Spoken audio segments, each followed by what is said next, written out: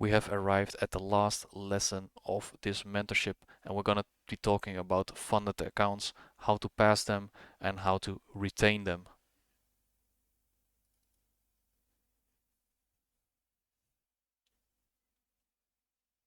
So how do we pass and how do we keep those funded accounts, right?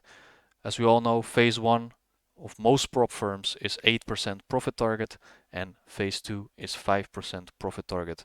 Now, depending on the prop firm, you have a either 10% max drawdown or 12% max drawdown, and most of the time the daily maximum drawdown is 5%. But we don't want to risk 5% in a day, right? So be sensible. Our objective is to win 2 trades in a row, and this risk management plan is framed around the different models taught in the mentorship and assuming you follow all the rules.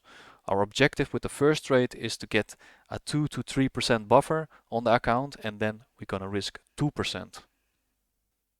So phase one, right? 8% profit target. Option number one, how are we going to do it? When we are break even or we are starting out the account, we risk 1% and then we aim for a 1 to 2. Don't go be aiming for 1 to 5 or 1 to 6. We want to go and build up our buffer first, right? So a 1 to 2 for a 2% buffer. Now for our second trade, we risk 2% and then we aim for a 1 to 3 and that would be 6%, right? So with 2 winners, you can get a phase one passed with 8%.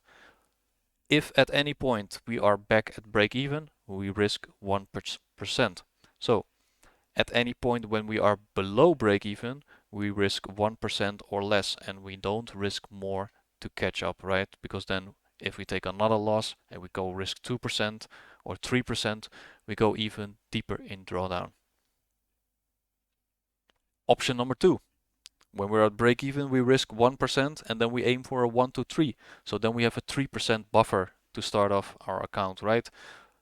For our second trade, then we risk 2% and then we aim for a 1 to 2.5 R, making 5%, right? So again, with 2 per trades, you pass that 8% phase one profit target.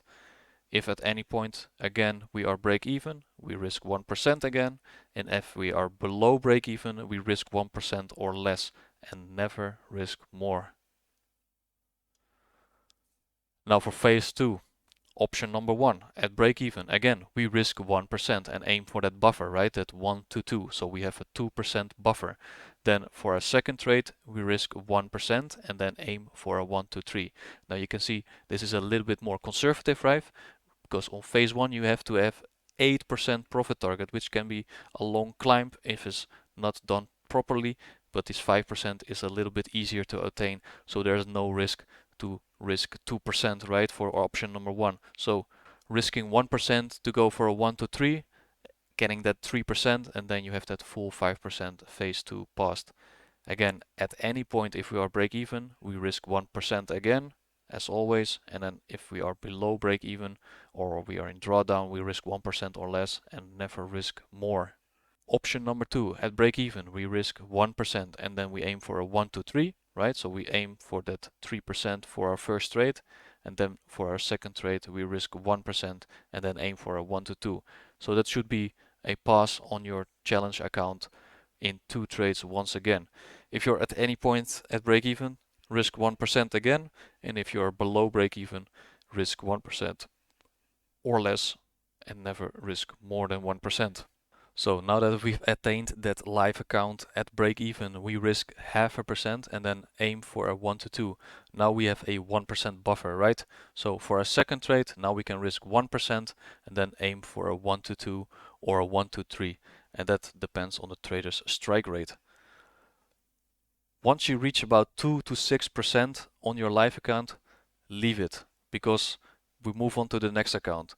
Once a live funded account reaches that 2 to 6%, you can wait for your payout, get your challenge money back, and then you can move on to the next account. And this is how you build up your capital.